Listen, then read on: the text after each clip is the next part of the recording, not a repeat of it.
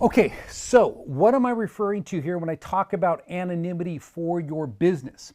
What I'm getting at is how you set up your LLC. So let's assume that I was going to create a limited liability company here in Washington State.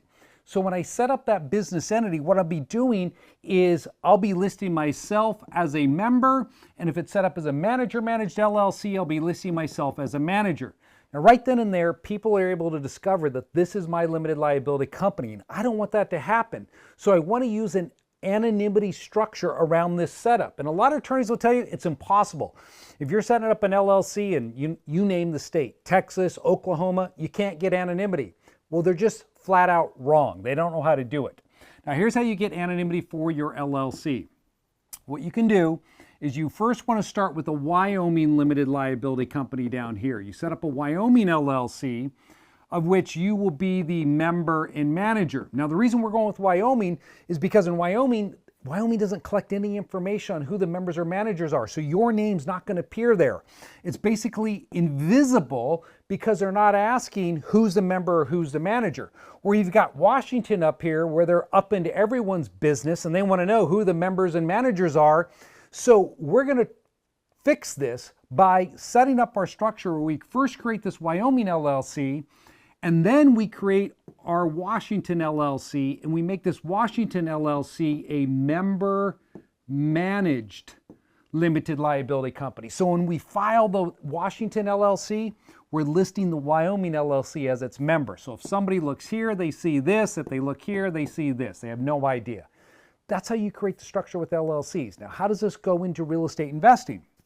Well, obviously, if you're buying property out of this Washington LLC, great. You're going to take title in the name of the limited liability company and your name won't be on there. But for most of us, we don't buy title, or we're not taking title in the name of the LLC directly, because if it's residential real estate and we have a conventional loan on it, we've got to close in our own name. But we can transfer title in after we've closed. So in that type of structure, you buy in your own name over here. Then after you close, you deed the property into that LLC. See, you went from having your information up there to privacy by filing that one deed.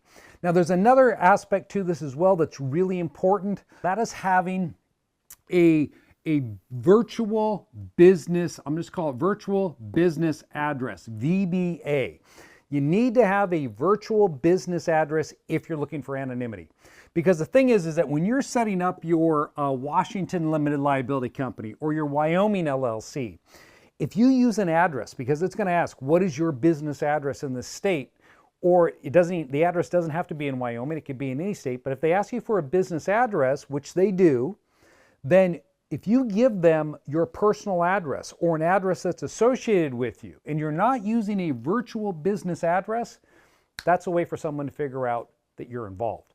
So if you're looking to own real estate anonymously, you want to be invisible, you have to make sure when you're setting up your business entity, you're using an anonymity compliant, that's what we call the Wyoming LLC, anonymity compliant LLC, because they don't collect information on you, and you have a virtual business address with that entity. Two main components to get invisible, all right?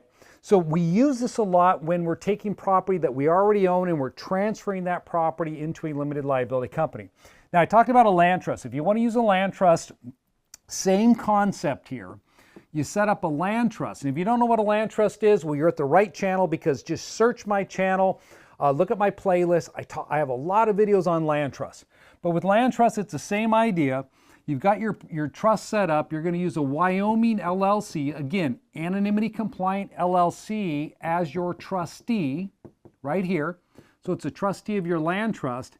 And then you take that property, that title to that house, and you deed it directly into the land trust in care of the trustee.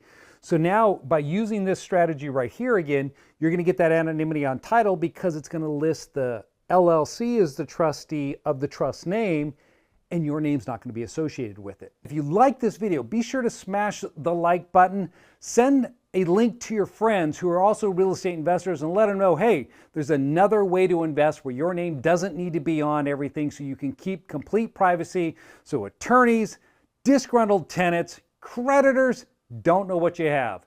Because at the end of the day, they can't sue what they can't see.